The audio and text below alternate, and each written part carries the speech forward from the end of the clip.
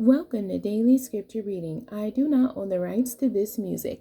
Esther chapter 9, beginning at verse 1 and ending at verse 19. This is the English Standard Version. The Jews destroy their enemies.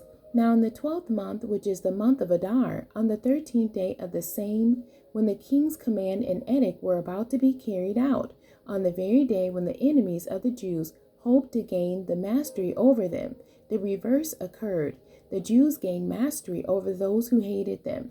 The Jews gathered in their cities throughout all the provinces of King Ahasuerus to lay hands on those who sought their harm, and no one could stand against them, for the fear of them had fallen on all peoples. All the officials of the provinces and the satraps and the governors and the royal agents also helped the Jews, for the fear of Mordecai had fallen on them.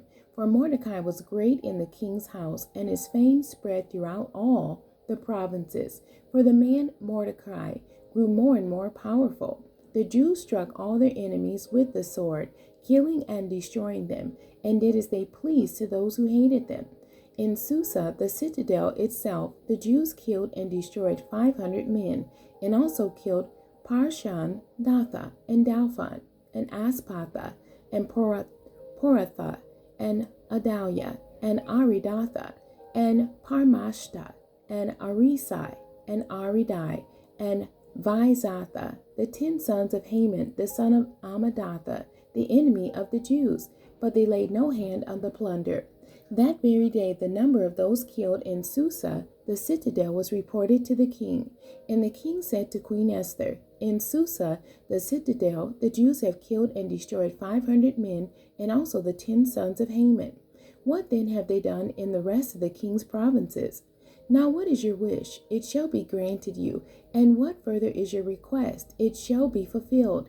And Esther said, "If it please the king, let the Jews who are in Susa be allowed tomorrow also to do according to this day's edict, and let the 10 sons of Haman be hanged on the gallows." So the king commanded this to be done. A decree was issued in Susa, and the 10 sons of Haman were hanged.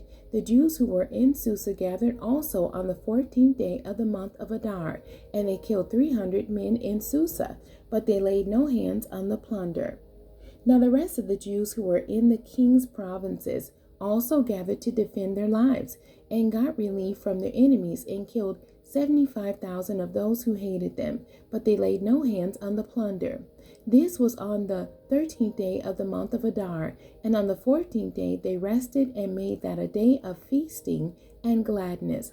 But the Jews who were in Susa gathered on the 13th day and on the 14th, and rested on the 15th day, making that a day of feasting and gladness. Therefore, the Jews of the villages who live in the rural towns hold the 14th day of the month of Adar as a day for gladness and feasting, as a holiday, and as a day on which they send gifts of food to one another.